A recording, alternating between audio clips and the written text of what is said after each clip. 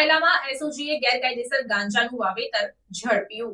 સુરેન્દ્રનગરના સાયલામાં એસઓજી પોલીસે ગેરકાયદેસર લીલા ગાંજાનું વાવેતર ઝડપ્યું।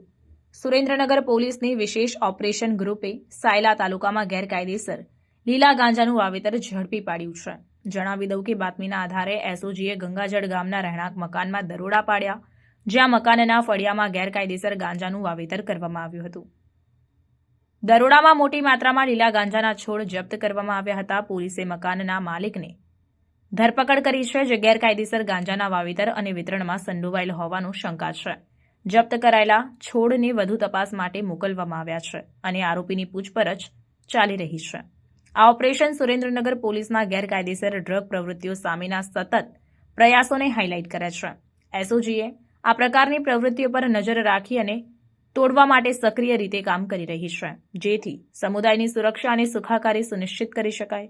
સાયલામાં ગેરકાયદેસર ગાંજાના વાવેતરનો સફળ પર્દાફાશ સુરેન્દ્રનગર પોલીસની સતર્કતા અને પ્રતિબદ્ધતાનું પ્રમાણ છે। તેમના પ્રયાસો પ્રદેશમાં કાયદો અને વ્યવસ્થા જાળવવામાં અને ગેરકાયદેસર ડ્રગ્સના ફેલાવાને અટકાવવામાં મહત્વપૂર્ણ છે।